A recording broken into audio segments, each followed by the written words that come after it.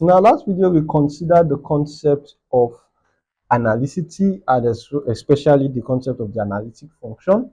We define the analytic function as a function that satisfies the fact that all its first four partial derivatives are continuous, and then it satisfies the Cauchy-Riemann equation based off those first four partial derivatives. Now we would verify and check yet another example on how to examine analyticity of a function, and we will also consider what it means when we say a function is entire. As always, make sure to like, share, and subscribe, and turn on your notifications so you do not miss any of our videos. Now, for this example, we'll examine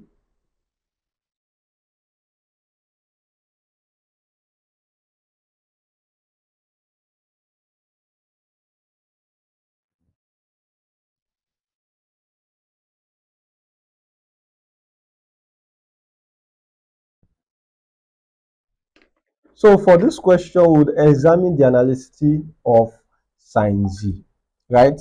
So we'll break it down, we'll see if, of course, its first four partial derivatives exist, as well as the fact that we can indeed verify the Cauchy-Riemann equation. So let's see. Of course, we can write W to be equal to f of z, which is, of course, in this case equal to sine z. Now, do not forget that since z equals x plus iy, then I can write w as sine x plus iy. Now, do not forget your addition of factors. We know that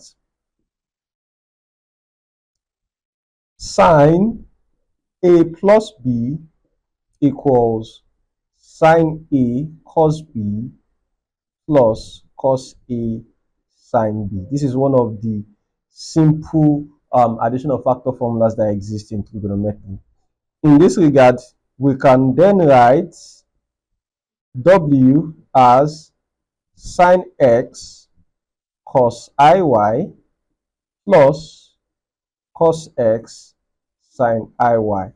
Now, in examining the relationship between complex angles and their trig functions, we know for a fact that cos iy equals cos y, that's its hyperbolic form, and then we also know that sine iy also indeed equals its hyperbolic form in this regard. However, in the case of the sine, the I function or the I value comes outside of the angle, so it now becomes I in y, right?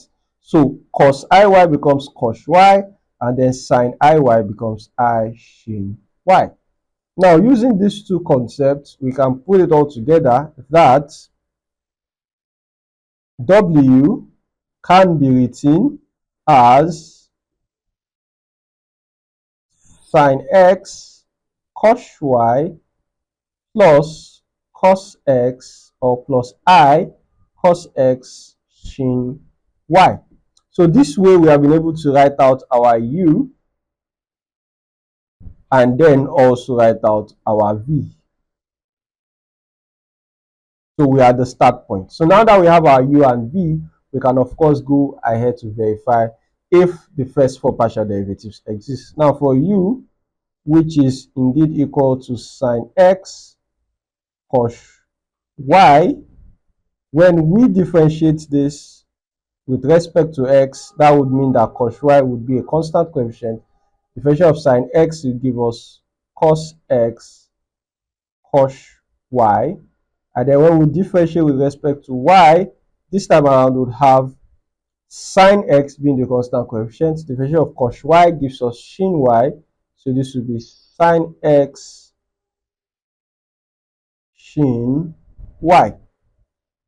And then in the other regard, if you have v to be equal to cos x shin y, then we would have immediately that vx would be shin y being a constant coefficient, would have that to be minus sine x shin y, and then in the case of vy, with cos x being the constant coefficient, differential of shin y also gives us cos y. So we'll have cos cos x cos y, and this is what we would have. So if we look at it carefully, all the first four partial derivatives exist. They are differentiable, which means that it's continuous. And then let's see if it verifies or satisfies the Cauchy-Riemann equation. Is ux equal to vy? The answer is yes. So ux equals vy. In the other regard, is uy equal to minus vx? The answer is yes, right? Because this is vx here, this is uy here, negative is present, so we have that uy is indeed equal to minus vx, which cancels out the negative. Then the Cauchy-Riemann equation is indeed satisfied, and of course sin z is analytic. Now, this is actually very interesting when it comes to sin z, and that leads us to the last or the next part of our discussion. You see, in the case of sin z, it is not just analytic. I mean, we have already shown that it's an analytic function, but it's not just analytic. It is also a function that is analytic everywhere, which means there is no single point of discontinuity within the function. Now, how do we know this? Remember that we can rewrite, of course, if we go back to the original form of sin z, recall that we can rewrite sin z, of course, by simple exponential notation as e raised to the power of iz minus e raised to the power of minus iz divided, of course, by 2i. We can denote sin z in this regard. Now, if you are wondering why we can do this, you might take your mind back to when we looked at trigonometric expansions using the De Moivre's theorem, and you will see that we had a notation that looks very similar to this.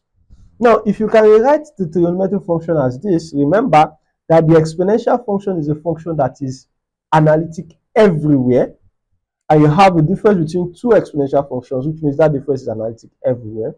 In the denominator, you have 2i. I is obviously the square root of minus 1, which means there is no way in which 2i would become 0, because 2 is not 0 and I is obviously not 0. So it means this function will not have any point of discontinuity. So it means that sin z is not just analytic. We have verified that it's analytic. It is also analytic everywhere. Now, functions that are analytic everywhere are functions that we call entire functions, right? So we say, if we say that a function is entire,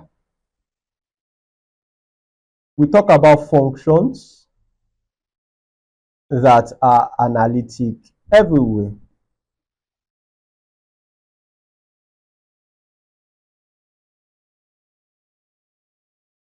So functions are analytic functions are functions that are termed entire functions. So it means that in this case, sin z, of course, that we already have,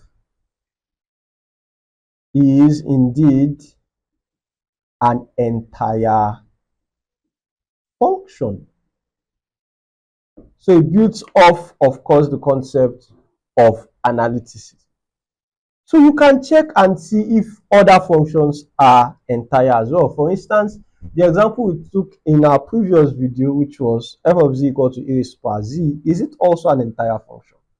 Can you verify if e raised to power nz is going to be an entire function? I have already hinted towards that based off what we just defined for sin z here, but of course it doesn't hurt for you to try rewrite the function and see if it's actually true for it to be analytic everywhere.